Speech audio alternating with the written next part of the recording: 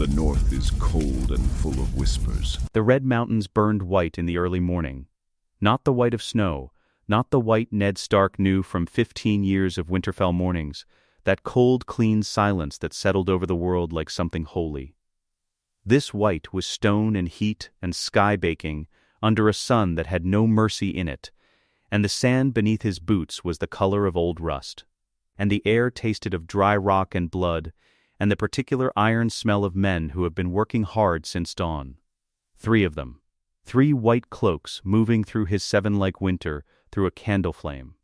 Ned's sword, ice, was at Winterfell.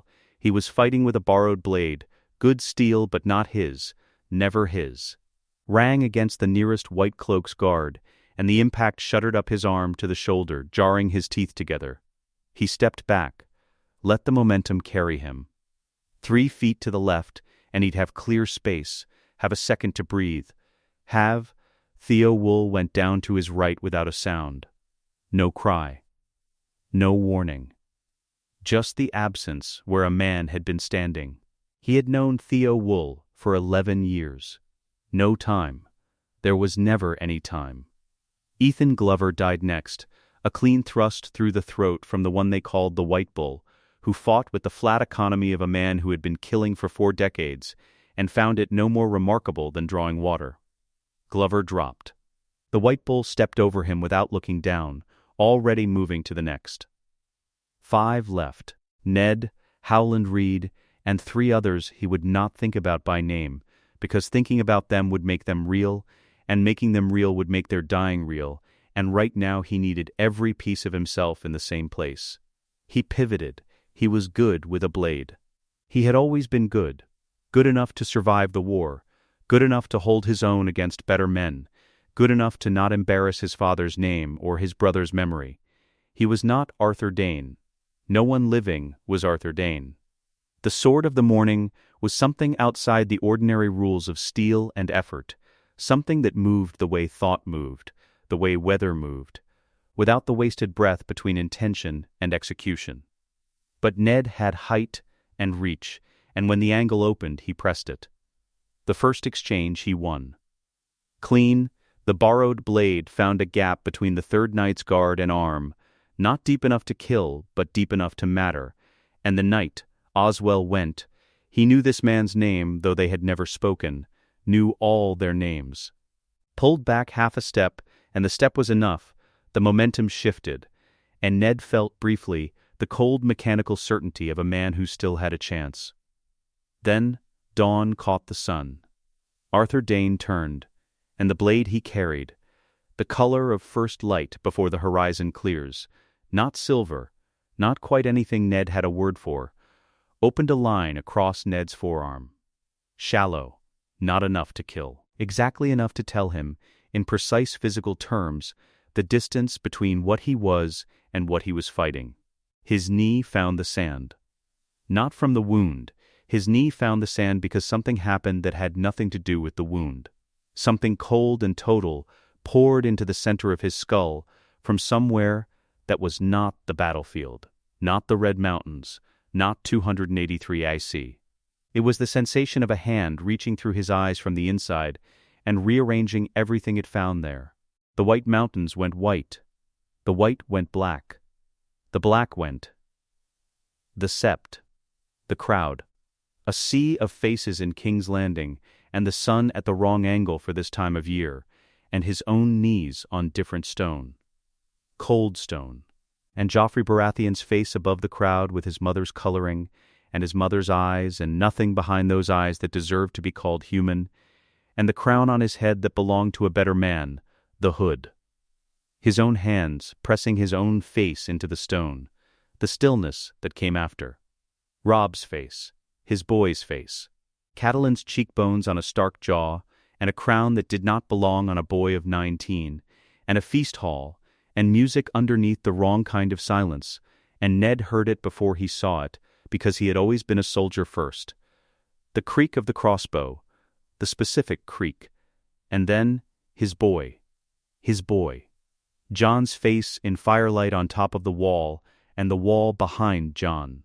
And the dragon that was not a dragon anymore falling out of the sky with eyes the color of a corpse and a voice like the end of everything, and the ice, and the blue fire, and an entire section of the wall folding into nothing, and the dead. Ned opened his eyes. Sand, the red mountains, the hawk circling, the particular silence of 5 men who are not sure whether the man kneeling in front of them has gone mad or received a wound they couldn't see.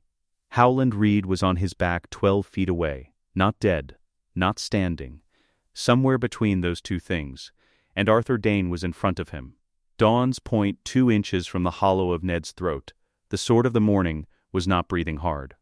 His expression was not triumph or contempt or anything so simple. It was the expression of a man looking at something that has begun behaving in a way that requires explanation before the ordinary rules can be applied. Ned did not reach for his sword. "Sir Arthur," he said. 2 words. Quiet as morning. Quiet as something that has already decided what it is. The blade did not move. But nothing else moved either. Sir Oswell Went, who had been about to finish what he started with Mark Ricewell, had gone utterly still. The White Bull turned from what he was doing. All 3 of them were looking at Ned with the same expression, not confusion, exactly, calculation, Sir Oswell, Ned said. "Sir Gerald." That was when the fighting stopped. Not from the words, from what the words meant. These men had ridden to the furthest corner of the known world to guard a secret. They wore no colors here. They flew no banners. They had posted themselves to this tower on a commission that existed in no register, no raven, no official record, anywhere in the 7 kingdoms. They were, officially, 3 knights who had vanished in the chaos of the rebellion and simply never been found. No enemy was supposed to know their names here. Ned let the silence work. He could feel the point of dawn against the air at his throat. He could feel the specific quality of Arthur Dayne's attention, total, unbroken, patient as stone. "I know what is inside that tower," Ned said. "I know why you are here. I know the child's true name. I know about the septon at the secret ceremony. I know about the annulment of the Dornish marriage. And I know that the child inside that tower is the legitimate son of Rhaegar Targaryen and my sister Lyanna Stark, and that the 3 of you have been dying in this desert to protect him." He looked at Arthur Dayne directly. He did not look away. "If you kill me," Howland Reed gets up from where he's lying. "He is not dead, Sir Arthur. You know he is not dead. You are too good to have missed him if you meant to finish him. He carries the story north alone, with no one to shape it, and nothing to lose. You will have bought yourselves nothing except my body in the sand." Something moved across Arthur Dayne's face. The smallest thing. Barely a thing at all. "How do you know this?" Arthur said. His voice was low and flat and held no question in it. It was the voice of a man who has already accepted that the question has an answer, and is waiting for it. "Because I have seen what happens if we fight," Ned said. "All of it. Every death that follows from this morning. Every funeral. Every burning." He kept his eyes on Dawn's point. "You take down 6 of my 7. Every man between you and me falls. You are extraordinary, the finest blade I have ever faced, and likely the finest any man alive will ever face. You will kill me last, and you will feel nothing particular about it, because you are doing your duty, and your duty is everything you have left." He let that land. "And then Howland Reed, lying in the sand where you knocked him, drives a blade into your back while you are finishing me. You die face down in the dirt, sword of the morning. No songs. No witnesses worth remembering. Your name becomes a cautionary tale about 3 knights who died pointlessly in the Red Mountains protecting a secret that dies with them." He held Arthur Dayne's gaze. Held it until the silence had weight. "Is that your story?" Dawn moved. Not forward. Not backward. Down 1 inch. The point dropped precisely 1 inch, and it was not surrender, and it was not agreement, and it was not forgiveness. It was the fractional movement of a man hearing something that requires the absolute silence of his entire attention before he decides what it means. It was enough. Ned Stark got to his feet, The sand was hot under his boots. His forearm was bleeding where Dawn had opened him, and he pressed his sleeve against it without looking at it.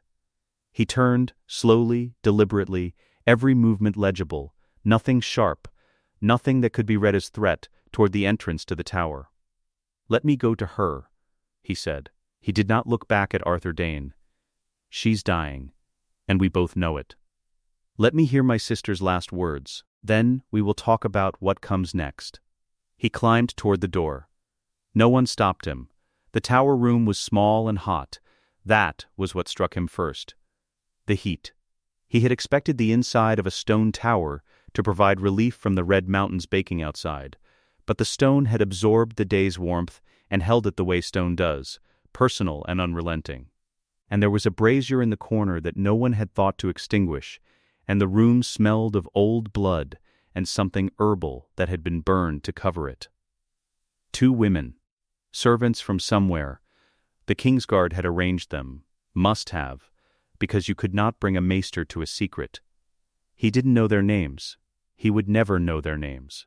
Whatever they knew would go with them to their graves or it wouldn't, and that was a problem for a different morning. Lyanna was in the bed. He had prepared himself. He had carried the memory of this room in both lives now. The room, the light, the specific wet cloth sound of her breathing. He had prepared himself.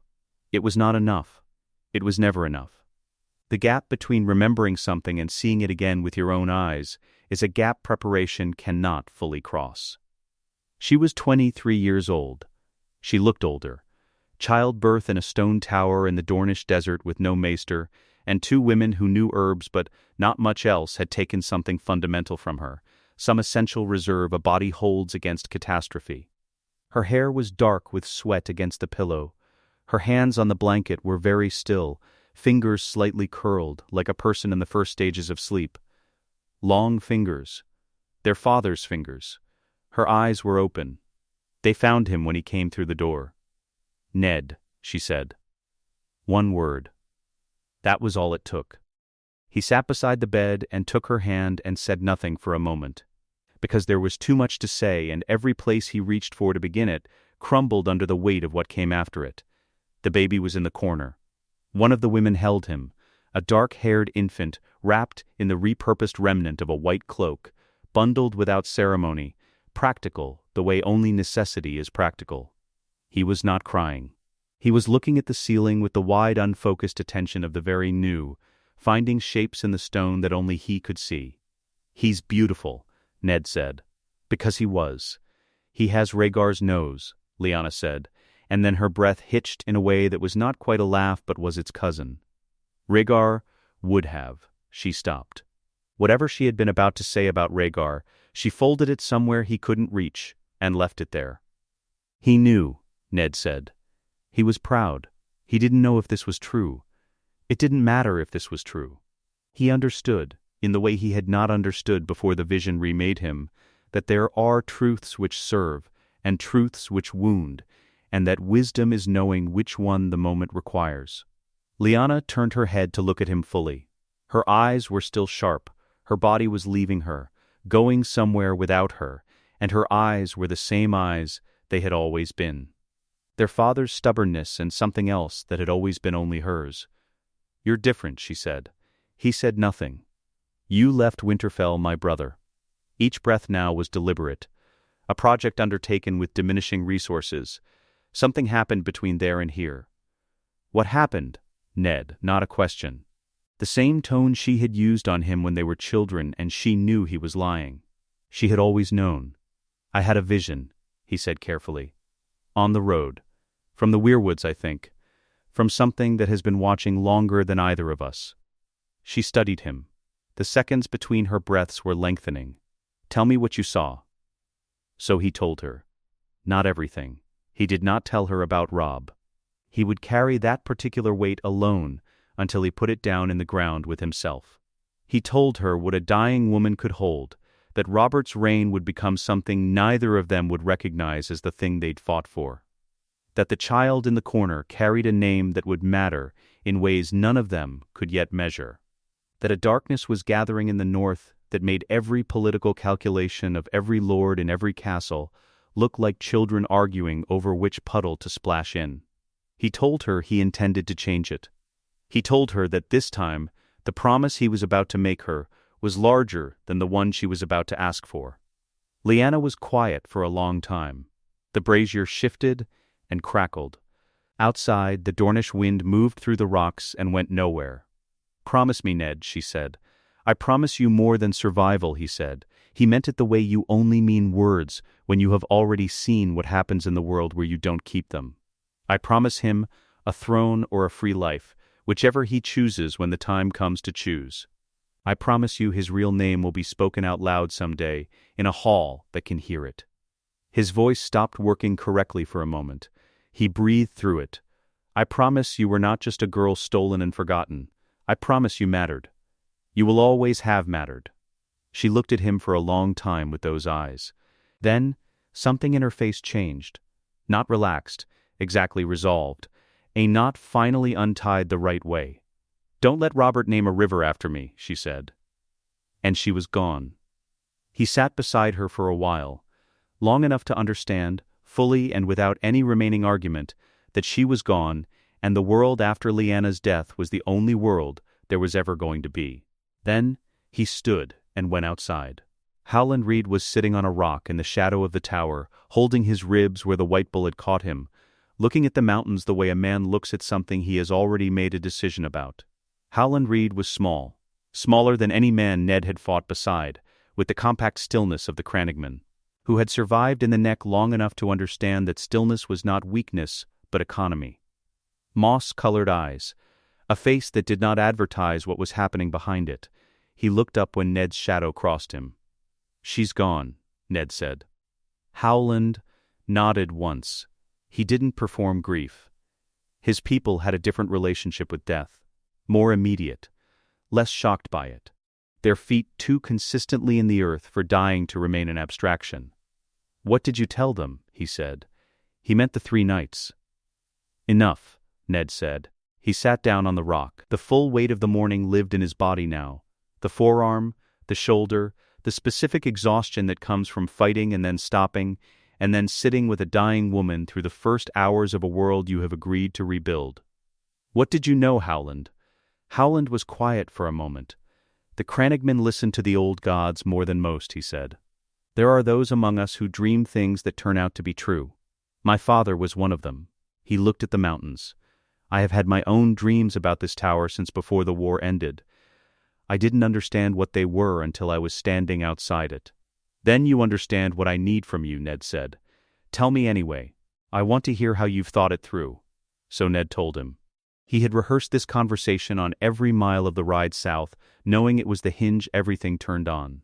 He needed someone with no fixed castle, which meant someone no army could locate or pressure or seize as leverage. He needed someone whose word carried weight enough to serve as witness when the time came to reveal a dead prince's legitimate heir to a skeptical realm. He needed a network that could move information through the realm without leaving a trail that pointed north. Greywater Watch moved. Ned had never fully understood the mechanics of it, how a castle traveled through the neck's shifting waterways, but the result was the thing that mattered. Howland Reed was a man without a fixed address, and the crannogmen who served him moved through the neck and the riverlands like water. Information that passed through them left no shape behind. "I am not asking you to leave the neck," Ned said. "I am asking you to be my eyes from inside it. You direct agents, your people, anyone you trust who can move without being noticed. What I need in Braavos, in the Reach, in King's Landing, that reaches me through your network, not through your own person. You do not travel. You do not expose yourself. You manage the thread from Greywater Watch." Howland listened the way he did everything, without interrupting, without reacting visibly, processing it all in whatever deep and particular way his people processed information about things larger than themselves. Then he said, "All right." 2 words. As quiet as Ned's had been at the tower door. The same quality of something already decided. The 3 white cloaks made their choice at sunset. Sir Gerald Hightower came to Ned alone. His beard was silver, and his hands were scarred from decades of service to kings he had outlasted. He had the bearing of a man who has stood at attention in the presence of history so many times that standing at attention had become his natural posture, the shape his body defaulted to when nothing else was being asked of it. I held a horse while better men than me died on both sides of a war I didn't fully understand, he said, without ceremony. I thought after that I knew what loyalty cost. He looked at the mountains going dark. I find I am tired, Lord Stark. Ned said nothing. He did not tell Gerald Hightower what he knew, that in another version of this morning, this man died in the sand outside the tower. That was not his story to give or withhold. Some men had earned the right to walk toward peace, and the honest thing was to let them. There is a sept at the Boneway, Gerald said. Go well, Sir Gerald, Ned said. The White Bull nodded. He walked toward the pass and did not look back. Oswell went and Arthur Dayne came together. They had already settled it between themselves. What remained now was only the terms. If we travel north, Arthur said, we do not exist. Household knights in service to Winterfell, Ned said. Men who fought on the losing side and prefer the North's long memory to the South's short pardons. No one questions a man who wants to disappear into the North. And the child, Arthur said, travels as my ward, as he will continue to, until the world is ready for something different. Arthur Dayne looked at him for a long moment. He had eyes that had long since stopped being impressed by most of what the world offered. He had seen too much of what the world considered impressive. He was looking at Ned now with a different quality of attention, measuring something that wasn't physical. You will not waste him, Arthur said. I will make him ready, Ned said, for everything that is coming, which I cannot fully explain to you tonight, but it is coming, whether we are ready or not. Arthur Dayne looked at Dawn hanging at his side. Then he looked at the tower entrance, and something passed across his face that was private and final and not for anyone else to read. Then we ride, he said. They hooded themselves and rode out in the last of the light. Behind them the tower diminished into the rocks diminished into the mountains. The mountains held what they held, which was silence now, and the shape of something ended, and something not yet begun. Ned rode with the baby wrapped inside his cloak. One hand steadied that small, ungodly warm weight against his chest. He did not look back. King's Landing still smelled of burning. 3 weeks after the sack, and the city was doing what cities do after catastrophe, burying its dead, repairing its facades, moving forward with the particular numb industry of people who have decided that moving forward is less painful than standing still. But the smell was not something you could board over or haul away in carts. It had settled into the stone the way the Red Mountain's heat had settled into the tower, personal and permanent, and Ned rode through the gates with his hood up, and the city's grief working its way through his nose and the back of his throat. Somewhere in the holdfast of the Red Keep, Elia Martell's children had been murdered within the last month. He knew the exact room. He knew the exact order. He knew that Gregor Clegane was 3 days' ride south right now, unhurried, unconcerned, carrying no marks of what he'd done except the ones no one was looking for. He knew that the mountain would never, in any version of the world where Ned left this city without acting, face a single consequence for it. That knowledge was a particular kind of weight. He had been carrying it since the Red Mountains, and had not yet found a way to set it down without dropping it on someone who wasn't ready to hold it. He rode in. He kept his face empty. He was very good at keeping his face empty. Robert Baratheon sat the Iron Throne the way he sat a warhorse, like it had been built specifically to hold him, and had been waiting. He was 20 years old, and he was enormous with it, 6.5 feet of him broad as a barn door, wearing the crown with the casual authority of a man who has simply decided a thing is his, and has not yet found the world capable of disagreeing. The court ranged below him, and he sat above them, and the look on his face was the look of a man who is very happy and knows it, and has decided that knowing it makes it more real. Ned stood at the edge of the throne room for a moment before Robert saw him. He had prepared himself for this too. He had thought, on the road, that preparation was possible. He had been wrong about that in the tower, and he was wrong about it here also, in a different way. The wrongness here was not grief. It was something more complicated. The man on that throne was going to drink himself into a monument by 40. He was going to stop being able to look at himself in polished steel because every reflection was a reproach. He was going to let the realm be managed by a woman who was already managing her brother and would manage the realm the same way, as a tool, as a means, as a resource to be stripped and discarded. He was going to ride into a boar hunt that wasn't an accident. He was going to do all of this because there was no one in his life who told him the truth. Every truth-teller he'd had, Jon Arryn had tried, and failed, in the gentle way of a man whose love softened every difficult word into something swallowable. Stannis had tried, and failed, in the brutal way of a man whose honesty was so comprehensive it felt like attack and was received as such. Robert Baratheon had never had a friend who looked him in the eye and said the true thing and then stayed in the room. Ned had been that friend, or tried to be, in the original life. He had failed. Not from dishonesty but from honor. He had told true things and lost his head for it, which is a specific kind of failure. He had no intention of repeating it. Robert looked up. And the grin. It was the grin he had not seen in 15 years, the one that began in the eyes before it reached the mouth, the one that was 20 years old and had not yet learned to cover anything. It hit Ned somewhere below the breastbone with the flat of an axe. "Ned," Robert said. He was off the throne before the word finished. He crossed the floor in 6 strides, and the embrace was everything it had always been. A physical argument, 240 pounds of it. The kind of embrace that says this person exists, and is real, and is here in a language the body understands better than the mind. Ned held his oldest friend, and did not allow his face to do what it wanted to do. The private room was off the small council chamber, small, austere, smelling of fresh plaster over old smoke, a northern-facing window, a table with wine that Robert poured for himself immediately, and did not offer, not from rudeness, but from simple unthinking habit, the habit of a man who has never needed to notice when he reached for the cup. "Sit down," Robert said. "Tell me everything." "Where did you find her, the Tower?" Howland Reed said. "The Tower. Tell me." "She didn't." He stopped. He looked at Ned's face. He was not stupid, Robert. He had never been stupid. "Tell me, she went quietly," he said. "She went quietly," Ned said. Which was true enough. Robert sat. He turned the cup in his hands. He looked at the table, and something moved across his face that had the exact shape of grief and the exact weight of something he was going to spend the rest of his life not looking at directly. In the original timeline he had built a kingdom around not looking at it directly. That was the wound, Ned understood now. Not ambition, not cruelty, not weakness. Just this. Just Lyanna.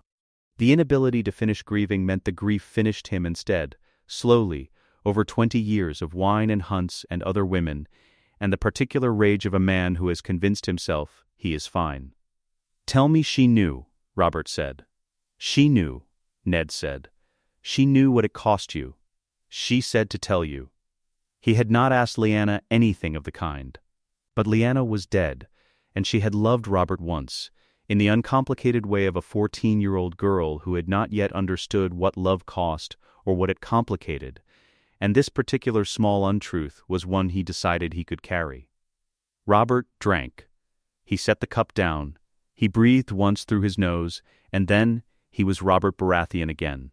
King Robert, first of his name, the hammer of the rebellion, and the private man went somewhere behind it until he was ready to let it out again. "Tywin's offered his daughter," he said. "Cersei, you've seen her. She was at the feast last night. Gold hair down to here, looks like she knows what she's worth, and is interested in being paid." Ned said nothing. He kept his face where it was. "Tywin's alliance is the thing that ends this cleanly," Robert said. "Without it, I'm holding a throne with one hand for the next 10 years. With it," he made a gesture that encompassed the simplicity of the thing. "She is beautiful," Ned said. "I won't pretend she isn't." Robert looked at him. He had heard the shape of what was not being said. "But," he said, "marry her if you must." Ned picked his words the way you pick a path through uncertain ground, each one tested before weight was put on it. "Tywin's alliance is not nothing. I understand the calculation. But there are things you should know before you make it, and I would rather tell you now than have you hear them from someone else in a year." Robert set the cup down. When Robert Baratheon gave you his full attention, you felt it physically. It had the quality of something that had been used to break walls. Jaime Lannister spoke to me, Ned said, in the days after the sack, when everything was unsettled and he had not yet worked out what his name meant now. He said this carefully, without hurrying it. He was, unburdened, men are sometimes, when a thing has just been done that they cannot undo, when the gap between who they were this morning and who they are this evening is too wide to walk across without stumbling. He told me things. What things? Robert said. Very flat. Ned told him. He did not say everything directly. He had no confession. Not really.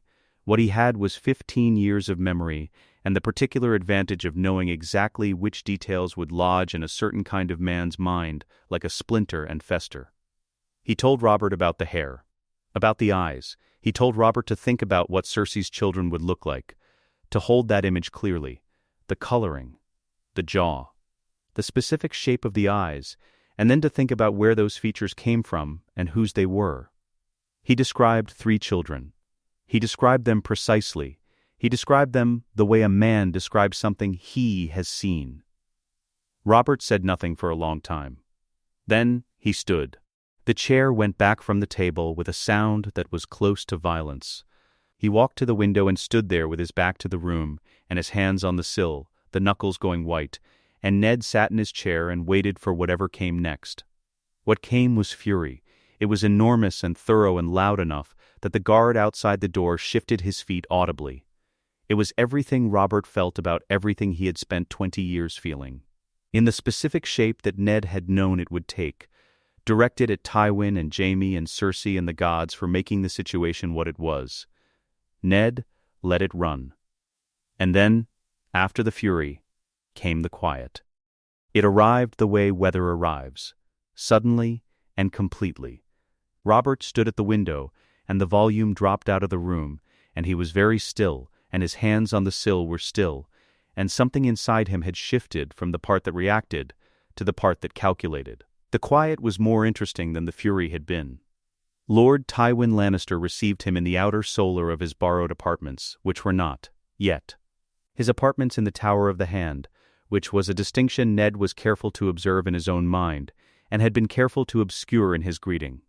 Tywin was not yet 45 years old, and he looked every year of it in the way iron looks its age, worked hard, refined by use, showing nothing unnecessary on the surface, but marked underneath by everything that had made it what it was. He rose when Ned entered, offered the courtesy a great lord offered another great lord, gestured toward the seat opposite. "Lord Stark," he said, "you look well for a man who rode from the Red Mountains." "You are kind to say so, my lord," Ned said. He sat across from the man who had ordered a woman, and her infant son held down by a knight the size of a house, while the knight did what he was asked to do. He sat across from the man who had made that order with the same administrative precision with which he managed Casterly Rock's revenue accounts, who had weighed the political calculus of eliminating a royal bloodline against the political cost of being seen to do it, and had arrived at a number and acted on it. He sat across from him and was perfectly pleasant. Tywin was watching him. Tywin watched everyone, but he was watching Ned with a different quality of attention, the attention of a man who has encountered something that doesn't fit neatly into his existing architecture and is deciding where to file it. "The new king speaks highly of you," Tywin said. "His grace is generous," Ned said. They talked about nothing consequential for 20 minutes. The reconstruction of the city, the appointments to the small council, the situation in the Riverlands. Ned was courteous and precise and offered nothing and took nothing and answered every question exactly as asked and not one syllable further. When he left, he paused in the doorway. "My lord," he said, "I look forward to working closely with you in the months ahead." Tywin inclined his head. Ned walked into the corridor and did not allow his face to change. He had not drawn the sword yet. But Tywin Lannister was sharp enough, Ned knew, to feel the weight of it regardless. A man who has done what Tywin had done and walked away clean has a sensitivity to danger that ordinary men do not develop. He could not yet know what Ned knew. But he could feel the shape of the room, the quality of the air in a conversation, the specific gravity of a man who is being too careful to be merely polite. He could feel that Ned Stark was not merely being polite. Let him feel it, Ned thought, walking toward the yard and the long ride north. Let him spend his evenings wondering what it means. A frightened Tywin is a predictable Tywin. A predictable Tywin can be managed. It was only when you stopped being afraid of him that he became dangerous. Ned was not going to stop being afraid of him. He was simply going to use it differently than fear was usually used. Winterfell came out of the gray afternoon like something the earth had grown rather than built. That was always how it looked coming north from King's Landing, not like architecture but like geology, the kind of stone structure that had been in the ground long enough to become part of it, gray and enormous and patient, in the way that only things which have survived a very large number of things can be patient. Ned had never once in 15 years of riding toward it failed to feel something loosen in his chest when the towers came into view above the tree line. He felt it now, and it was different than it had ever been, and the difference was this: he had not expected to feel it again. He had not expected anything after the Sept of Baelor, and so the sight of his own walls against his own sky landed in him with a weight that was closer to grief than to homecoming, which was perhaps what homecoming felt like when you had lost it once. Jon slept against his chest. He had slept most of the way north. He was, in the matter of sleeping through things, already remarkably self-possessed for something 6 months old. Catelyn was in the yard, not because someone had warned her, the raven had arrived 2 days prior, but she had come to the yard because she had a newborn in her arms and a long morning, and a castle that ran better when she was visible in it. Ned understood, watching her from horseback as the gates opened, that she had not lost the pregnancy to softness. She was thin in the face and carrying herself carefully, and her hair was down, which she would never have allowed 2 years ago before the marriage, and the child in her arms was sleeping with the specific boneless abandon of the very new. Robb, his son. His firstborn. He had known Robb's face for 15 years, had memorized it in grief, the way you memorize things you have lost, with a precision you could not summon when the thing was still in front of you. He was not prepared for Robb as a newborn. He was not prepared for how small. He dismounted. Crossed the yard. The distance between them was 10 feet, and then 6, and then nothing. "You look terrible," Catelyn said, looking at his face. Then at the bundle he was carrying. The thing she had not yet asked about but had understood was significant from the moment the raven arrived with its carefully insufficient language, ward, household, arrangements made, explanation to follow. She was very good at understanding things she had not yet been told. "You look like someone who has not slept in a week," Ned said. "And you are standing in a cold yard." "I am standing in my own yard," Catelyn said, "and I will stand in it as long as I please." She looked at the bundle again. Then at him. "Come inside. We'll talk." The great hall was empty. She had arranged this, sent the servants elsewhere, closed the adjoining doors, set the fire herself. The candles were good ones. She sat across from him at the high table's end with Robb in the crook of her arm and the expression she wore when she had decided what the conversation would accomplish, and was waiting for the other party to arrive at the same understanding. Jon was on the table between them. Not cruelly, she had called for a servant's basket, had lined it with wool, had placed it precisely equidistant. The gesture said here, "These 2 children, tell me." "His name is Jon," Ned said. "Jon," she repeated. "Evenly he was born at the Tower of Joy, in the Red Mountains of Dorne." He held her gaze. His mother was Lyanna. Something moved through Catelyn's face. He watched it move, and could not fully name it. Not hurt, not anger, though those were both in it. Something more careful than either. She was a woman who had spent her whole life in the political world of Riverrun, where information was its own kind of currency, and she was calculating the weight of what he'd just given her and what he was still holding back. "And his father," she said. "I cannot tell you that yet," Ned said. "Cannot," she said. "Or will not. Both. The second because of the first. There are people alive who would kill him for who his father was. Cat. People with the power to do it, and the motive and the complete absence of scruple required. The fewer people who hold the information, the safer the information is. The safer he is." Catelyn looked at the basket, at Jon sleeping with his fist curled against his cheek, which was something Robb also did. Which was the kind of detail that made the chest tight in ways you had not anticipated. "He looks like a Stark," she said. "He is a Stark," Ned said. "In all the ways that will matter here. He will grow up in this castle. He will train in this yard. He will know this stone and this cold and the smell of these pines, and Winterfell will know him. And he will be your ward," she said. "Not your son. There is a difference. He will be raised beside our children. As part of this family. The story the castle sees is what it needs to be. For now. But what he is?" He stopped. Found the right shape for it.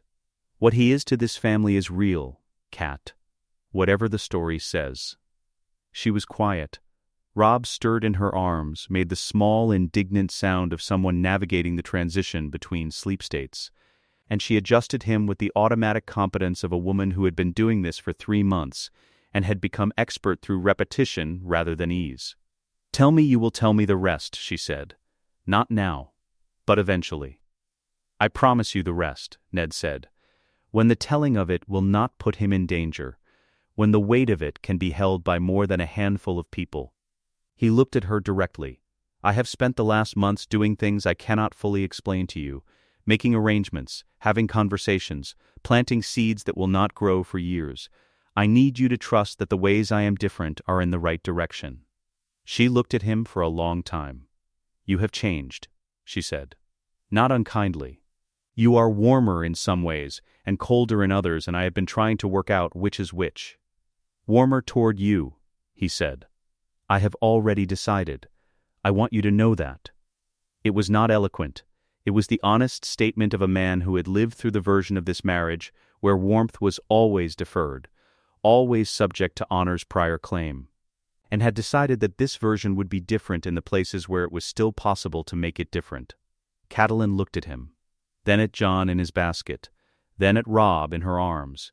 "He is not to be made to feel less," she said quietly. "Whatever his father is, whatever the story requires, he is not to grow up in this castle feeling like a ghost." "No," Ned said. "He won't." She nodded once. Whatever she had decided it. Catelyn Tully had never been a woman who made the same decision twice. He began with the granaries. This was not how a lord returning from a war reordered his household. A lord returning from a war held court, settled disputes, rewarded loyalty. He did those things too, spent 3 weeks at them, properly. Because a lord who neglected the human machinery of his seat in favor of his private obsessions found himself governing a resentful stone pile rather than a home. But after the court business, he went to the granaries. He walked every grain store in Winterfell himself. He walked the harvest yields with the steward. He asked questions about capacity, about spillage rates, about what it would take to double the underground storage using the natural cold of the permafrost that lay a few feet below the courtyard stone. The steward thought he was being cautious about an ordinary northern winter. Ned let him think this. He had Winterfell's hot springs mapped. Not surveyed, mapped by someone who understood what he was looking for, which was the underground network of warm water running beneath the castle's foundations. He wanted to know how far it extended, whether it could be channeled further north through the walls, whether in a winter of extraordinary length the hot springs could heat not just the living quarters, but the outer walls, the godswood roots. The essential systems of a structure designed to survive cold of a kind that hadn't been seen in 8,000 years. The Maester thought he was commissioning an architectural study.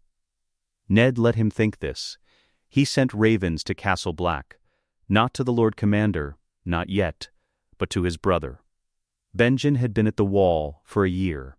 In the original life, Ned had understood his going as a kind of escape, a younger son with no great inheritance taking the only honorable exit available. He had been wrong about this. He knew now what Benjen Stark was, a man of extraordinary competence who had been sent to one of the realm's most critical posts with no clear understanding of why it mattered. The letter did not fix this in a single stroke. He was careful. He wrote about the ranging reports, about the wildling movements, about the specific quality of the cold north of the Wall, as the Rangers described it. He asked questions that required Benjen to look more carefully at things he had been looking at, without examining. Then, at the bottom, a single line that wasn't a question: "I need you to understand what you are actually guarding, Benjen, not from raiders. Write to me and I will explain as much as I can in letters. Come south when you can, and I will explain the rest." He wrote to Dragonstone in the 3rd year. Not immediately. He had to establish the relationship first. Rebuild the correspondence with Stannis Baratheon that had lapsed during the war and the chaos of the transition. He did this by being useful. Trade questions, legal opinions, the kind of steady and reliable exchange of administrative information that Stannis found sustaining in the way other men found wine sustaining. 2 men who spoke plainly. 2 men who found plainness restful. In the 3rd year, he wrote the letter he had been composing in his head since the Red Mountains. "My lord, there is an unusual request I would make of you. Your seat at Dragonstone sits above a formation of black volcanic rock that your maesters may have catalogued as common obsidian. I have a particular interest in its uses for certain northern weapons traditions that predate the current fashion in steel. I ask nothing more than permission for a small northern expedition to survey and remove a modest quantity for study." The request was odd enough that a suspicious man would have declined it. Stannis Baratheon was a deeply suspicious man. But he was also a man who trusted Ned Stark in the precise way that iron trusted iron, not warmly, but completely, because they were the same material and recognized each other. The letter that came back was 4 sentences long. The 4th was, "An expedition of no more than 20 men, in spring, when the sea crossing is manageable." I see no reason for further correspondence on this particular matter. Ned read it twice, then he began writing orders to Winterfell's forge master. Dragon-glass tipped arrows were, he decided, a hunting innovation. A northern tradition, a response to the requirements of large game in the deep forests above the last river. He had the forge master frame it this way to the apprentices. He had the Fletcher frame it the same way to his journeymen. The first crate went into Winterfell's deepest storage, wrapped in oilcloth, beneath the grain stores where the permafrost kept everything cold, and the cold kept everything preserved. Then he built another crate. Then another. He stood in the storage room in the 4th year and looked at 300 obsidian-tipped arrows and thought about the wall, about Benjen's letters, about the particular character of the ranging reports that had been crossing his desk since he returned north. The increased aggression at the Fist of the First Men, the wildling movements that didn't match the seasonal patterns. The rangers who went north of the wall and sometimes didn't come back, which was not new, but who were now not coming back from shorter distances and in larger numbers than before. He thought about Jon, who was 3 years old and had just knocked Robb down in the yard with a wooden sword. Robb had cried. Jon had looked at him with the specific expression of a child who does not yet understand the social implications of what he has done, but understands the mechanical ones very clearly. Arthur Dayne, Sir Edric Stone, who sharpened his household sword in the yard every morning at the hour before dawn, had seen it from across the yard. He had looked at Ned with an expression that was not quite a smile. Ned had nodded back. He sealed the storage room. He went back upstairs to his family. There was still time. There was still, just barely, enough time if he did not waste it. He did not intend to waste it. The yard was empty except for the 2 of them. That was how it was always arranged.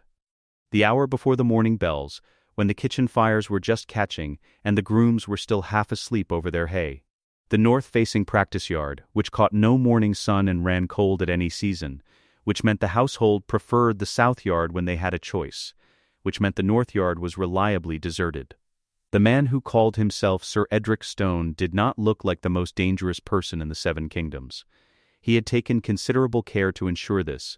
He dressed like what he was supposed to be, a household knight of middling years and no particular history, the kind of man found in any northern hold, competent and unremarkable. The sword at his hip was plain castle-forged steel. He had let his beard grow in a way that changed the lines of his face. He had cultivated a slight rolling gait that suggested old knee trouble that wasn't there. He was Arthur Dayne. He was the sword of the morning. He was teaching a 5-year-old boy to hold a practice sword, and he was doing it with the same total attention he had once given to the instruction of princes. Jon's hands were too small for even the lightest standard blade. Arthur had commissioned a smaller one from Winterfell's smith, ash, not oak, lighter, with better flex. more forgiving of the wrist errors a child made simply by being a child with developing bones. The smith had made it without asking questions, because smiths understood that specifications were the client's business and craftsmanship was theirs. Again, Arthur said. Jon did it again. The same guard position. Left foot forward, right foot back, weight on the balls of both feet rather than the heels, not natural for a 5-year-old, whose instinct was to plant and swing. It was a credit to Jon's particular quality of attention that he had understood, after being corrected the same way for 3 mornings, that the instruction mattered more than his instinct. Most children took weeks to reach that understanding. Jon had taken 3 days. Arthur noted this the way he noted everything in a student, without reacting, adding it to the sum building in his mind about what this boy was. "What's wrong with the back foot?" Arthur said. Jon looked down. His heel had drifted. He corrected it. "Good," Arthur said, not warmly. Accurately, he had learned, teaching Robb Stark in the South Yard with the whole household watching, that warmth was a different tool than accuracy and served a different purpose. Robb was a fine student, eager, physical, genuinely determined, the kind of boy who would be an excellent commander because he understood the social mechanics of leadership even at 7, the way to make the men around him feel part of something. Teaching Robb, Arthur used warmth. Teaching Jon, he used precision. Jon was not looking for approval, he was looking for information. Warmth had no particular utility for a child who didn't need it to keep trying. Arthur stepped in and adjusted the angle of Jon's elbow. The boy's arm was slightly tense, overcompensating for the grip. Arthur pressed the joint until it gave, and the correct position was what remained. "Feel that," he said. "Yes," Jon said. "That's what right feels like. Not what it looks like. What it feels like." Jon nodded. Then he settled into the position without being told to, holding it, letting his body learn the shape of it the way water learns the shape of stone. Arthur stepped back and watched him, and did not allow his face to do what it wanted to do. He had taught 3 princes. He had taught the sons of lords and the sons of men who wanted their sons counted among lords, and the occasional extraordinary common soldier who crossed his path at the right moment. In 40 years of teaching he had met 3 people for whom the word gift was insufficient, where the thing they had was not an aptitude for the sword, but something more fundamental. A relationship with physical space and consequence that was simply organized differently than in other people. Jon was going to be one of those 3. He was 5 years old, and he was going to be one of those 3. Arthur kept his face where it was. He walked around Jon slowly, examined the position from each angle, and thought about what that meant, and what Arthur Dayne, who had outlived a king and a war and his own death, was going to do about it. Again he said. By the time Jon was 8, Arthur had stopped pulling back. In the South Yard, under Sir Roderick Castle's instruction, Robb and Jon trained together with the other boys of the household. This was how Ned had arranged it, the public training visible to the castle, the private training invisible to it. In the South Yard Jon was good. Better than his age suggested, quicker than most boys his size, with an economy of movement that made experienced fighters look at him and then at each other with a certain expression. But not extraordinary, not enough to draw the wrong kind of attention. In the North Yard, in the hour before dawn, Arthur had stopped pulling back. The session on a morning in Jon's 8th year that Ned would remember afterward, not because it changed anything, but because it confirmed something he had been carefully not naming, began with Arthur running Jon through the exercises they had been building since the beginning. Not walked through. At a pace that would have been demanding for a trained adult. Jon kept up. Not barely. With margin. Arthur stopped. He looked at the boy, who was breathing evenly and waiting with the patience that was not a child's patience, the patience of something that had decided where it stood and wasn't going to be moved by anything ordinary. "Tired," Arthur said. "No," Jon said. Arthur picked up the second practice blade from the rack and walked into Jon's guard, and for the next 40 minutes did not stop. What happened in those 40 minutes was not a lesson. It was a conversation conducted at the speed of thought, in the language of footwork and distance and angle, and Jon was not good at it. He lost ground constantly, made errors Arthur could have exploited into a dozen deaths, but he was in the conversation. He was reading what he could, missing half of it, but reading the other half. At 8 years old. Ned watched from the doorway of the covered passage running along the yard's east wall. He had come to check on a stable matter and heard the sound of it, the specific pattern of contact and absence that meant someone was pushing hard, and had stopped. He stood in the passage doorway and watched for 15 minutes. He had not intended to stay. When Arthur finally stopped, Jon stood in the center of the yard with his blade at his side, chest heaving, hair in his eyes, wearing the expression that was not triumph and not relief, but the focused satisfaction of a problem that had been more interesting than expected. Arthur looked at him for a moment. Then, he found Ned's face in the passage doorway. The two of them looked at each other across the empty yard. Ned nodded once. Arthur said to Jon, "Tomorrow we start with the shield." Benjen came south in the 5th year. He came because Ned's ravens had become insistent in the way they had a tendency to become when Ned had decided a thing needed to happen. He arrived at Winterfell in the first cold snap of autumn, thinner than Ned remembered him, with the specific leanness of a man spending weeks in the field rather than behind a desk. He came into the great hall and looked at his brother across the table and understood immediately that something had changed in the man he was looking at. "Tell me," he said. He said it the way Lyanna had, directly, the same voice, the same demand. Their family had always been like that, the same stubbornness wearing different faces. They talked through the night. Not all of it. Not Jon, not the full weight of the vision. Ned was discovering he needed to protect that. Not hoard it, protect it. Told to the wrong person in the wrong way, it became religion rather than information, and he needed Benjen to act on knowledge. He told Benjen what the Rangers were reporting. He spread the documents across the table, 2 years of careful records, the ranging summaries, the accounts of a cold that moved differently than weather moved, the absences that didn't match what wildlings did. He told him what the history said about the Long Night, but in the language of strategic briefings rather than mythology. He talked about the Night's Watch in the terms Benjen had been trained to understand: troop strength, attrition rates, the gap between the wall's defensive capacity, and the threat it was theoretically designed to contain. Benjen sat across from him and read everything, and did not interrupt. When he finished, he looked up. "How long?" he said. "I don't know exactly," Ned said. 15 years, maybe less, maybe more. The signs aren't precise. He held his brother's gaze. Long enough to prepare. Not long enough to waste. Benjen looked at the documents, then at the fire, then at his brother. "You need someone on the wall who understands what it's actually for," he said. "Yes, who can build what needs building without explaining why he's building it?" Yes, Benjen was quiet for a while. He was thinking, genuinely thinking, not performing the consideration of something already decided. He looked at his hands on the table.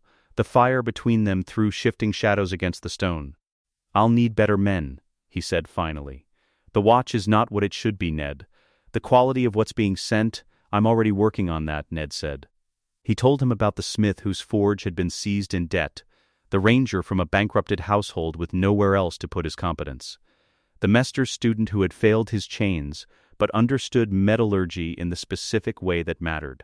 The quiet, steady diversion of people with precise skills toward the black, instead of the cell or the gutter they were otherwise heading toward. Benjen listened. Then he said, "It won't be enough." "No," Ned said, "not by itself, which is why I need someone who understands the gap and can tell me honestly how much needs filling. Not in letters. Someone there, someone I trust entirely, who understands what the reports actually mean." The fire shifted. Benjen watched it for a moment. "There's a girl at Winterfell I've been meaning to speak to," he said. "Rode in from Last Hearth last spring. Umber's ward. I thought—" He stopped. He looked at the documents on the table. Then he looked at his brother with the specific expression of a man understanding that the life he had been considering and the life he is being asked to live are not the same life. Ned said nothing. It was not his place to fill the silence. He had laid out the facts and the need and what he was asking, and the rest belonged to Benjen. After a long moment, Benjen said, "All right." He said it the way Howland Reed had said it, the way Arthur Dayne had said it, in the Red Mountains, in the last light. 2 words. The sound of something already decided, waiting to be spoken. He rode north 3 days later. not in the gray grief of a man putting himself underground early. He rode the way a soldier rode, when he understood exactly what the mission was and why it mattered. Ned watched him go from the battlements. Below, in the yard, Jon was running through the morning forms Arthur had given him, alone in the north-facing yard. In the cold that Jon had always moved through differently than other children, not enduring it, inhabiting it, moving through the freezing air the way he moved through everything Arthur gave him, as if it were simply the medium the work existed in, and he saw no reason to complain about the medium. The boy stopped. He looked up at the battlements, found Ned's face without searching for it. He raised the practice blade, a small gesture, not a salute, an acknowledgement, the private signal of two people who had been paying careful attention to each other long enough to develop a language for it. Ned raised his hand. Jon went back to his forms, the sound of ash cutting air in the cold yard, over and over, precise and unhurried, already pointing at something further away than a boy his age should have been able to see. Ned turned his collar up against the wind. He went inside to write a letter about records he needed recovered from a septon in the Reach, who did not yet know what he was holding. There was still so much to do. There was, if he was very careful, still time. The letter took 11 drafts.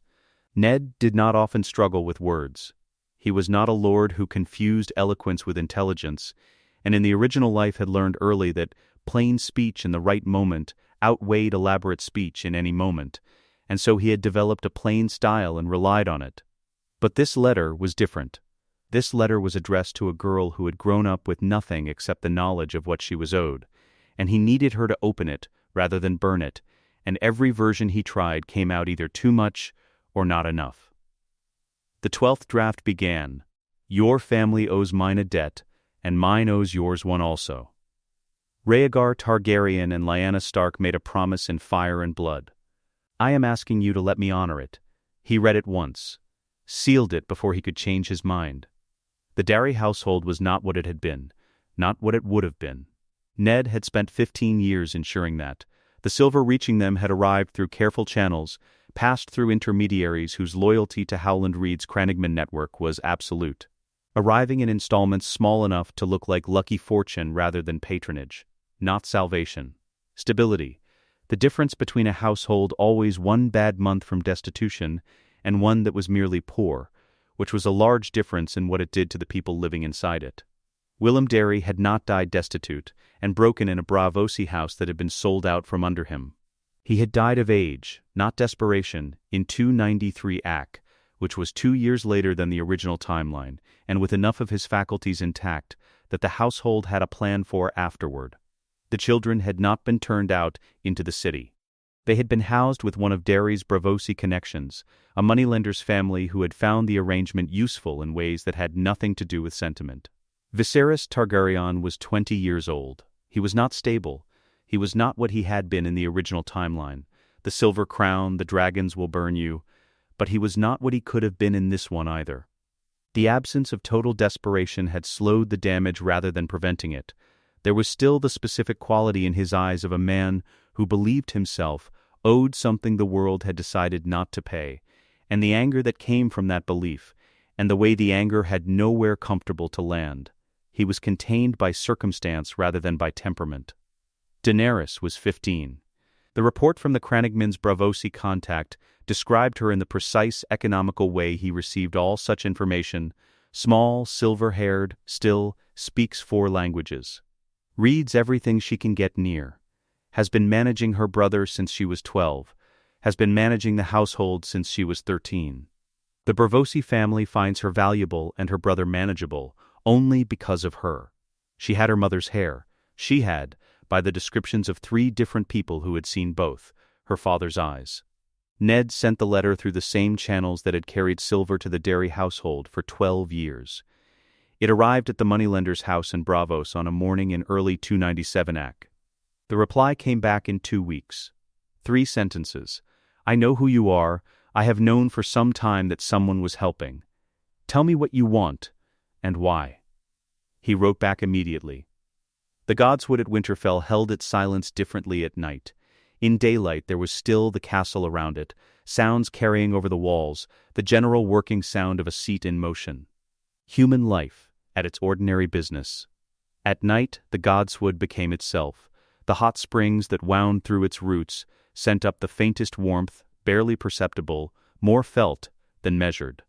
The weirwood at the center was the same weirwood it had always been, 10,000 years of roots in that ground, the carved face patient in the way only things that have been waiting longer than anyone alive can remember are patient. Jon came without asking why.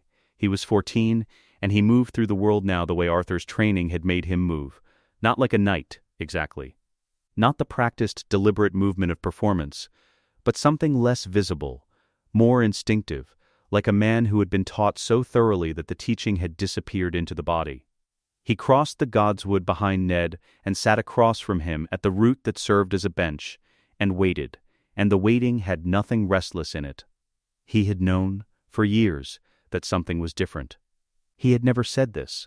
He had said it with the particular quality of his attention when Ned looked at him, the way Jon looked back, steady, asking nothing, understanding that the question existed and would be answered when it was ready. He had said it in the North Yard, in those early mornings with Arthur, in the moments when he pushed harder than the session required, and looked at Ned afterward with the expression of someone testing the dimensions of a room. He had said it with Robb, who he loved clearly and completely, and with whom the difference was always present. The slight distance between a brother and something that wanted to be a brother, that was a brother in every functional sense, but felt, in the specific mathematics of the godswood and the weirwood and the cold honest dark, that the mathematics were slightly off. Ned looked at him. His nephew, Rhaegar's son, the boy that Lyanna had died to protect and Arthur Dayne had reorganized his entire existence to prepare. 14 years old, and already something outside the ordinary measures, and sitting in front of Ned with the patience of stone and the specific expression of someone who had already quietly decided not to be destroyed by whatever came next. "Jon," Ned said. "Tell me," Jon said. So Ned told him.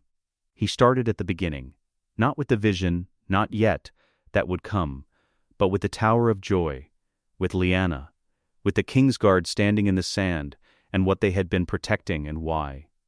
He told him about the Septon, the annulment, the name Rhaegar had given him before he died on the Trident, the name Lyanna had confirmed with her last breath. He told him what the name meant legally, genealogically, politically, in terms of lines of succession that had not been relevant since the rebellion ended. He told him who Sir Edric Stone actually was. Jon listened to all of it without moving. His hands were flat on his thighs, his eyes were on Ned's face, and they did not look away. And the expression on his face was not what Ned had expected in the years he had been rehearsing this moment. He had expected grief, or anger, or the specific fracture of a young person's understanding of themselves when the ground shifts. It was not that. It was the expression of someone receiving the correct word for something they have always understood, without being able to name. The look of a map finally matching the territory. When Ned finished, Jon was quiet for a long moment. "Aegon," he said, feeling the shape of it. "You don't have to use it yet," Ned said. "The world isn't ready for it yet." "That's not," Jon stopped. "Thought. I'm not thinking about the name. I'm thinking about what you said about the Septon, about the records." He looked at Ned directly. "The records still exist." "Yes. So this isn't just a story we're telling, it can be proved." "Yes," Jon nodded slowly. He looked at the weirwood face, which looked back at him with its red eyes that had looked back at everyone with the same equanimity for as long as anything alive could remember. "Sir Edric," he said. "Not a question." "Arthur Dayne," Ned said. "Sword of the Morning. He stayed alive for you. He came north for you. Everything he has taught you, every morning in that yard, has been in service of something he decided in the Red Mountains was worth staying alive for." Jon looked at the ground, then at the weirwood, then at Ned. "Does he know I know?" "He will in the morning," Ned said. Something moved through Jon's face then. The first thing that had moved through it in the whole conversation. The first crack in the extraordinary composure, and it was not grief or anger or shock. It was something Ned didn't have a word for, the feeling of a debt suddenly understood in its full size, the weight of what other people had given up becoming real in a single moment. He breathed through it. He set his hands flat on his thighs again. "Tell me the rest," he said. Daenerys arrived at White Harbor in the early weeks of 298 AC, not in state, not with banners or announcement, a trading vessel out of Braavos, a small party, the kind of arrival that White Harbor processed without particular attention. Lord Manderley had been told only that he was expecting a northern guest of the Lord of Winterfell, and Manderley had learned long since that certain guests of the Lord of Winterfell did not require examination. She brought 3 things that no one on the docks saw, packed in a locked chest that she carried herself, a carved wooden box containing 3 dragon eggs, each one the size of a large fist, their surfaces covered in scales that caught light and threw it back in colors that had no good name. Petrified, the maesters of Braavos had told her. Stone, beautiful, but dead. Daenerys had never believed them.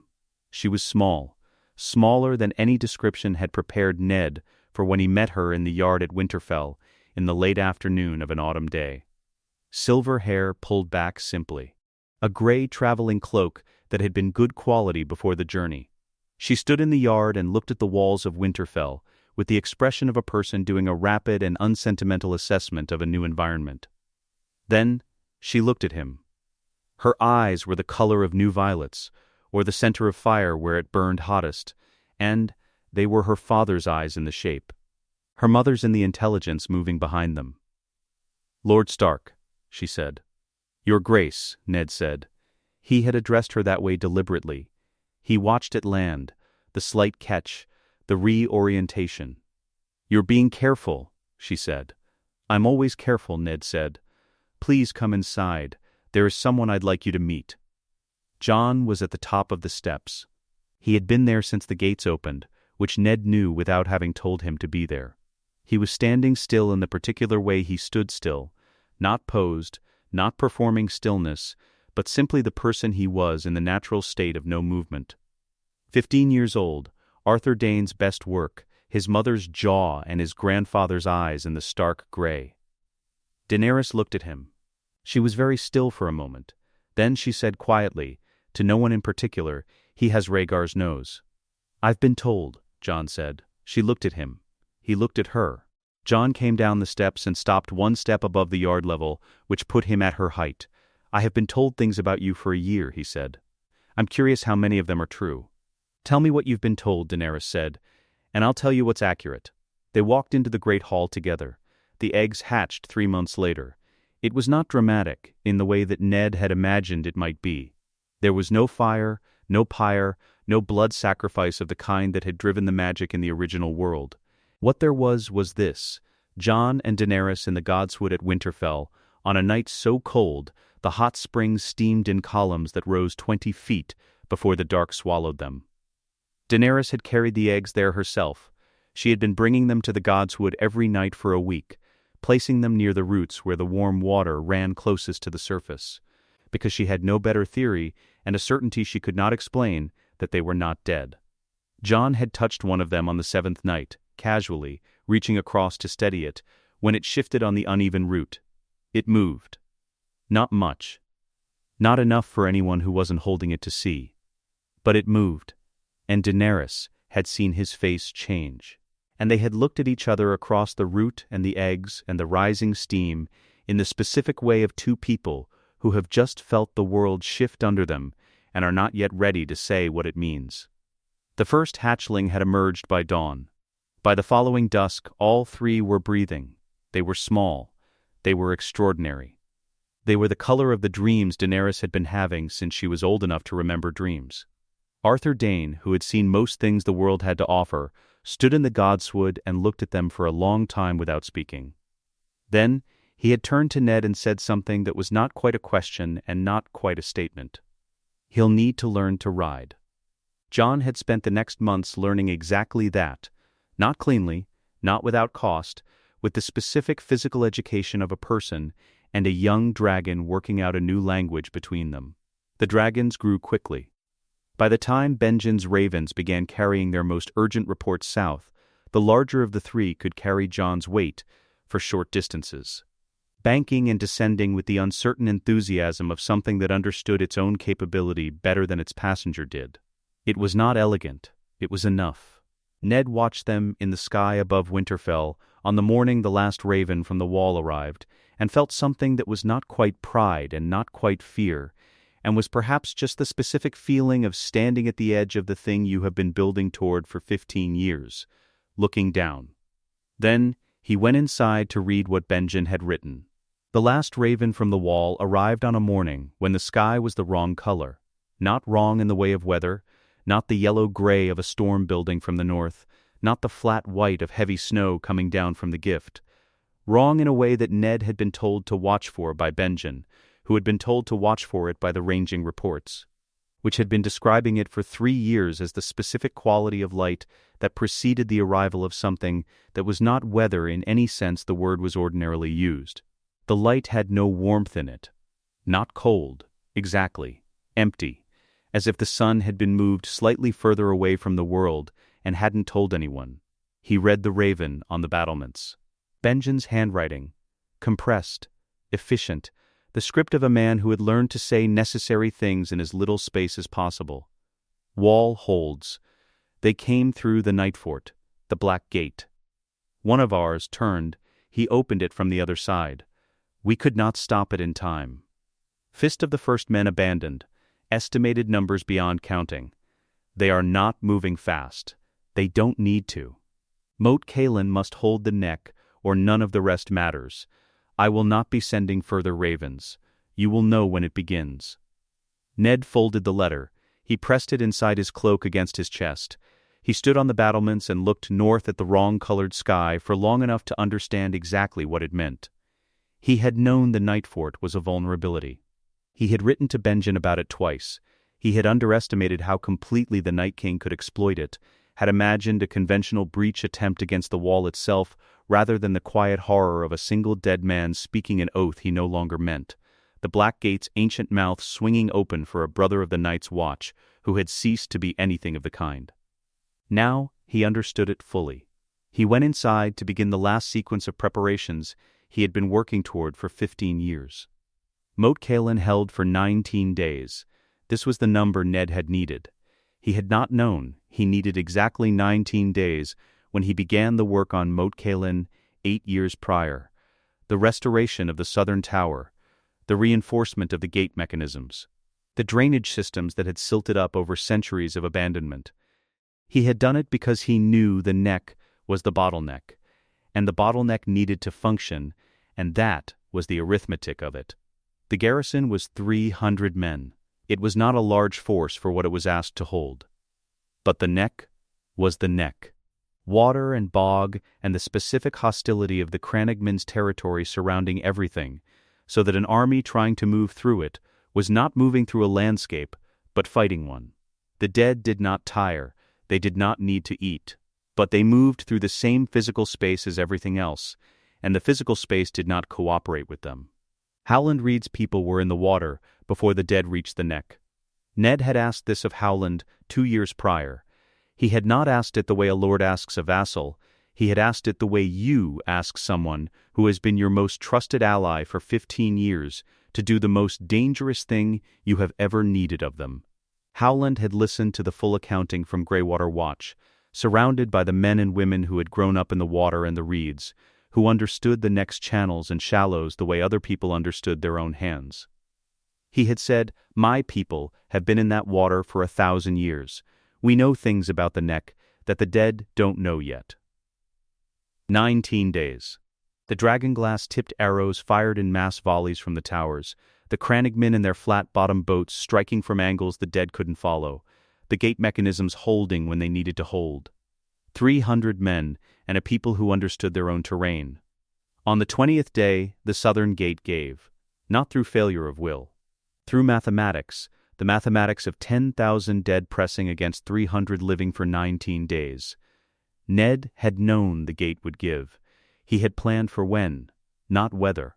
The army waiting south of the neck had been standing in position for 6 days. The field outside Winterfell's walls was prepared ground. Ned had walked every inch of it in the autumn, before the cold locked the earth. He had walked it with his commanders the way he had walked battlefields before every significant engagement of the rebellion, understanding the terrain as a participant rather than a backdrop, finding the places where it could be made to work for you rather than against you. The dragonglass arrows were the core. 3 years of Winterfell's forge working at the problem, 18 months of instruction with the northern levies, the specific training of choosing mass volleys over individual aim, not trying to hit a particular white, but to fill a corridor of air with glass tips so that anything moving through it was hit. The first volley, when the dead came through the trees in the pre-dawn dark, killed 1,100 of them. Ned, on the wall, heard his own breath go out of him. He had not known, despite 15 years of preparation and 2 lifetimes of understanding what was coming, whether the preparations would work in the actual contact with the actual thing. Planning and testing were one quality of knowledge. Standing on a wall watching dead men fall to obsidian-tipped arrows was a different quality entirely. They fell. Not all of them. Not fast enough. But they fell. Second volley, he said to the man beside him. The White Walkers came on the left flank. There were 9 of them, moving through the battle the way they always moved. Not with the pressed urgency of living soldiers, but with the serene and total confidence of things that had never been meaningfully opposed. The dead around them moved differently in their presence, faster, more coordinated, directed by something invisible the way iron filings were directed by a lodestone. Arthur Dayne took the cavalry in from the east. He had not been called Sir Edric Stone since the night Ned told Jon the truth in the Godswood. The castle knew now what it had housed.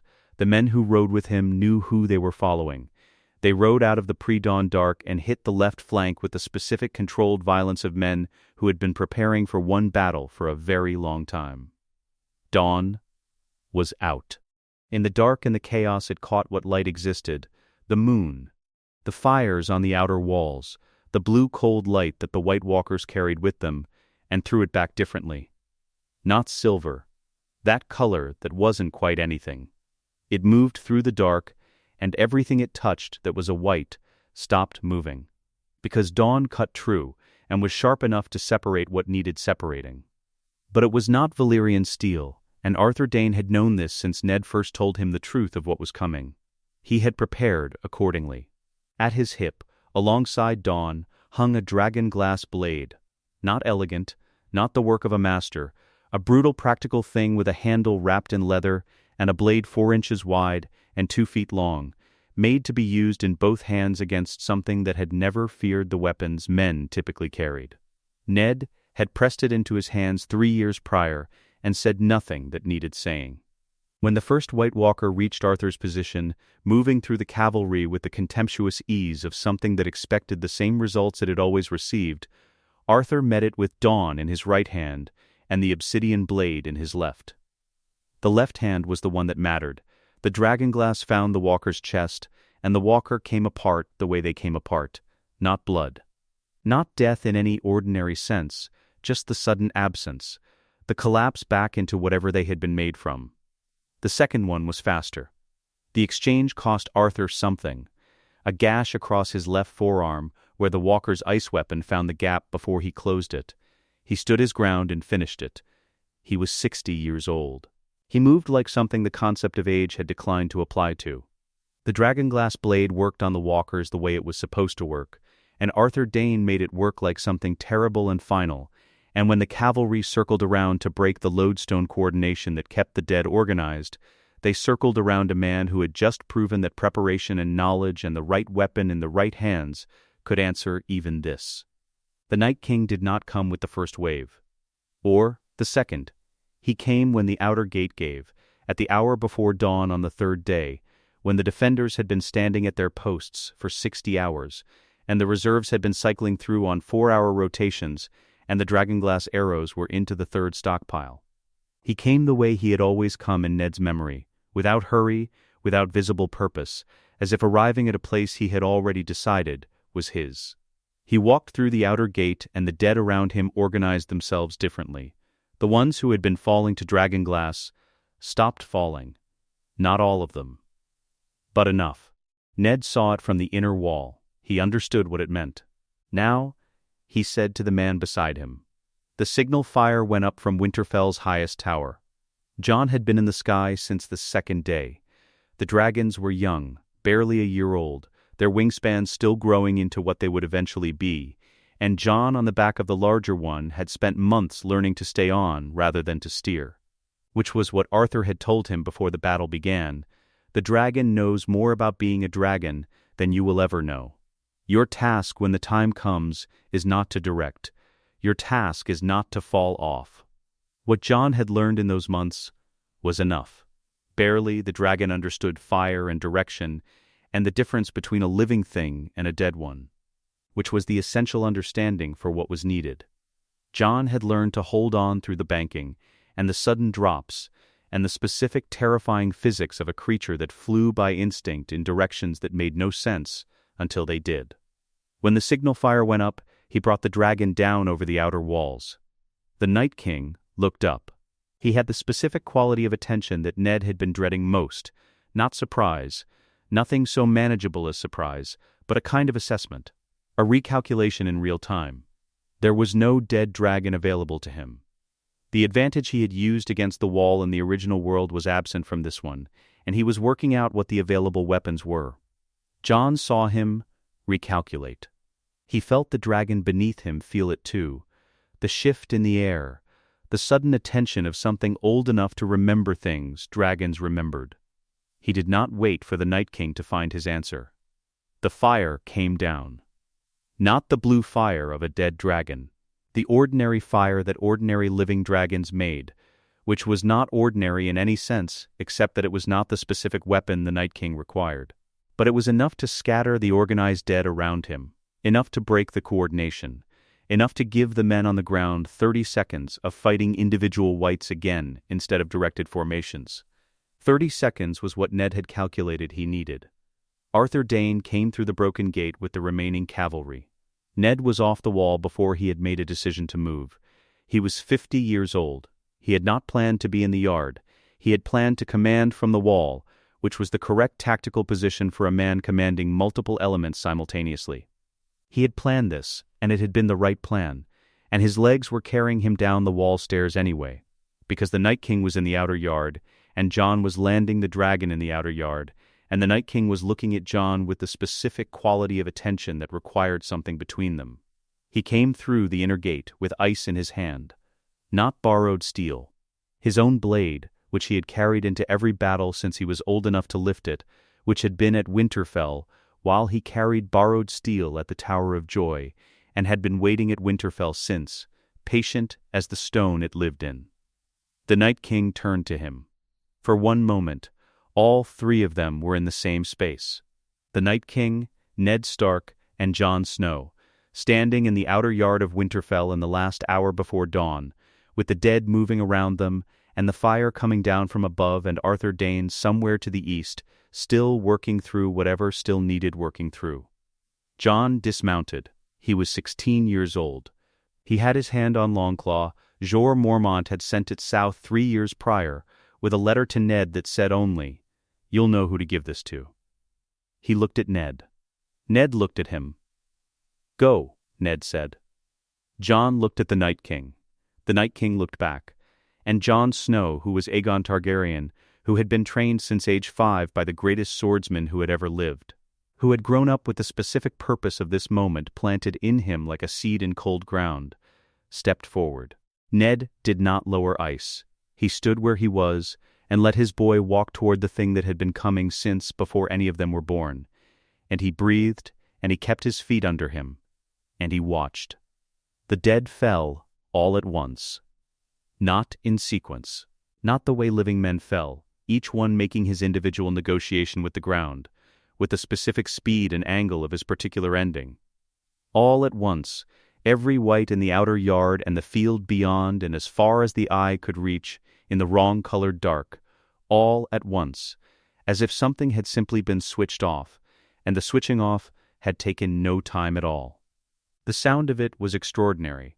100,000 things that had been moving, not moving. The silence where there had been the specific noise of the dead, which was not the noise of living armies, no breath, no voice, just the mechanical percussion of bone and sinew working against stone and earth.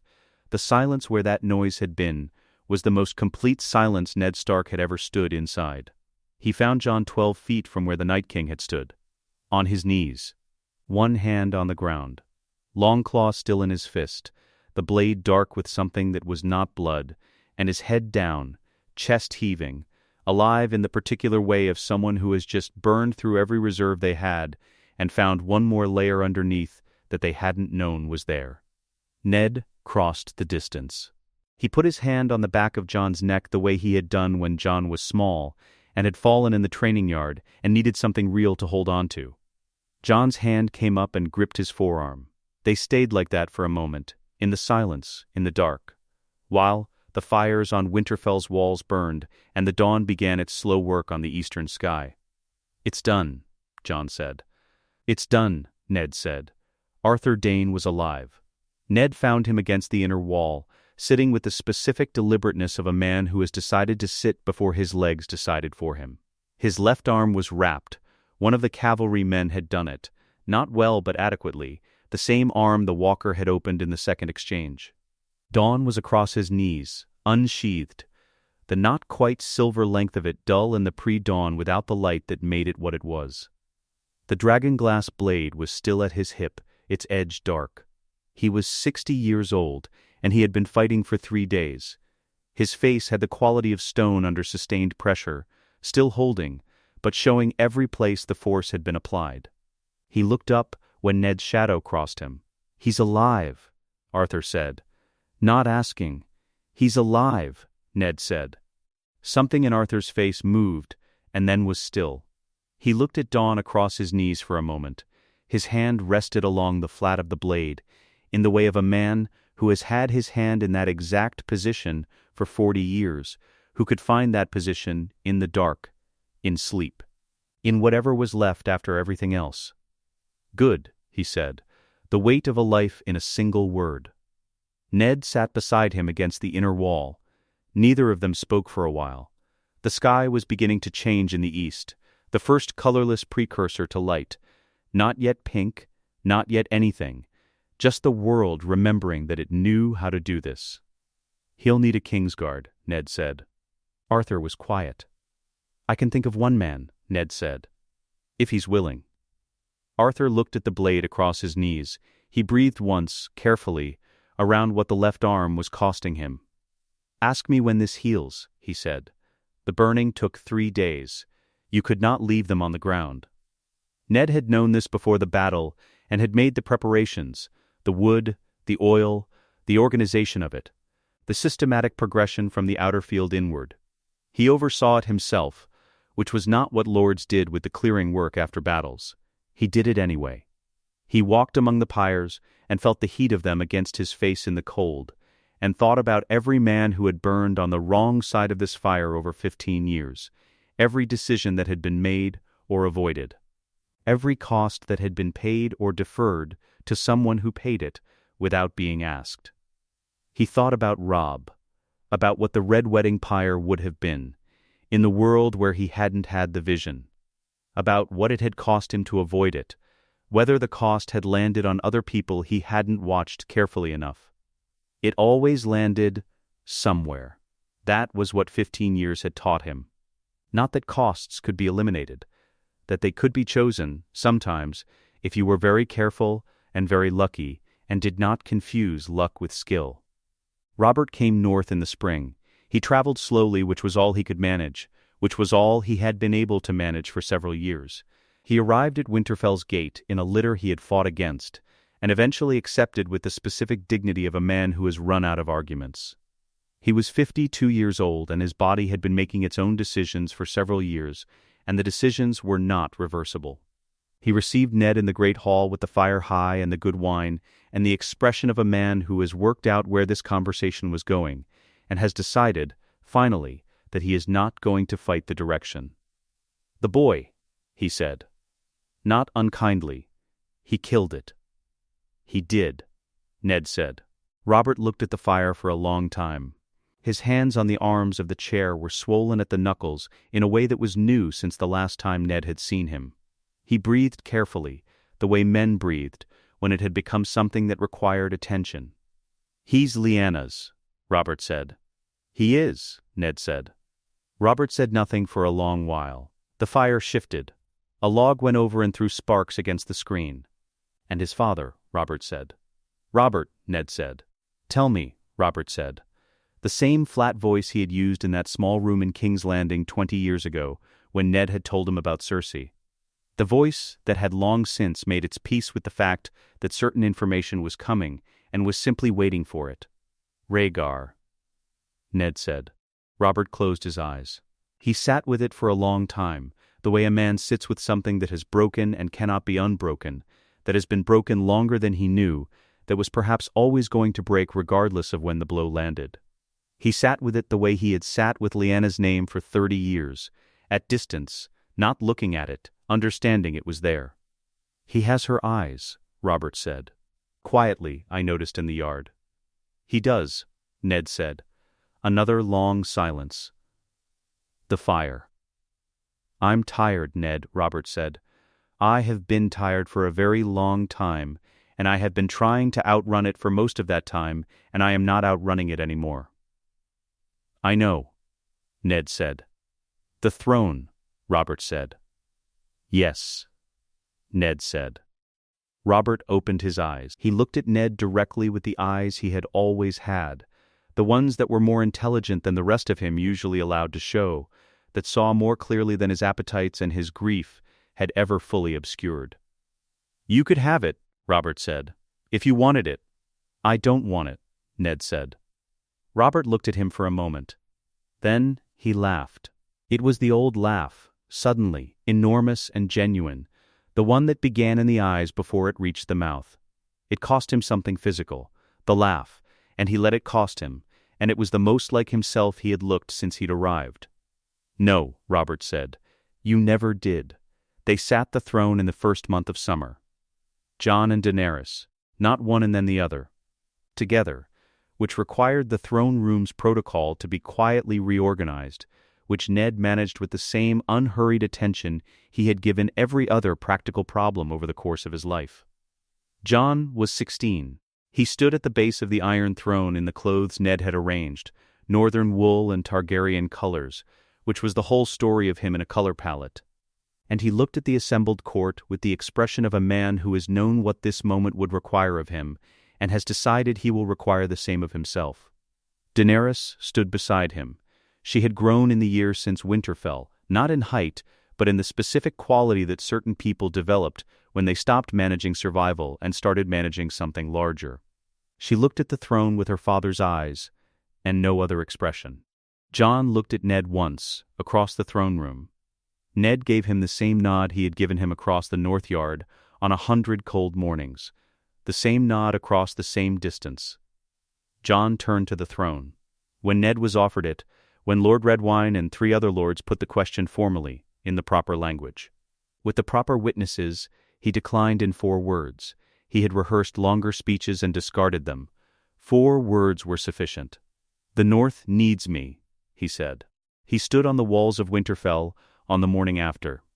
His home, his stone, his sky, the smell of his pines and the sound of his godswood in the wind coming south from wherever the wind came from. The hot springs somewhere below him doing their patient work in the rock. His house, which had been standing when the first men came down from the mountains, which had been standing when the Night King last walked, and was standing still. He thought about Lyanna. He thought about a room in a tower in the Red Mountains and a dying girl who had asked him to promise, and what he had promised instead, and whether it had been kept. He thought about the child she had given him, who was sitting athrone this morning in King's Landing with Rhaegar's blood and Lyanna's eyes and 15 years of Arthur Dayne's instruction in his hands and Ned's stubbornness in his jaw. He thought about all of it, every death that had been avoided, every cost that had been paid differently. Every morning in the North Yard, every raven to Castle Black, every letter wrapped in oilcloth, every careful conversation in every corridor, every decision made in the dark. The sun came over the eastern wall. It found his face, and it was warm, and the sky above Winterfell was the right color, the exact right color, the color it was supposed to be. Blue and clean and running north past the wall, and further than anything living could see. Eddard Stark had kept a promise in a tower in the Red Mountains. He had kept it differently than asked. He had kept it at considerable expense to everyone within his reach, including himself. He was at peace. The sun climbed. Below in the yard, his castle was beginning its morning. Fires catching in the kitchens, horses in the stable block. The particular sound of Winterfell waking up, which was a sound he had been hearing his entire life and intended to keep hearing until he could not hear anything. He turned his collar up. He went inside. Let us know what you'd like to see next. The end.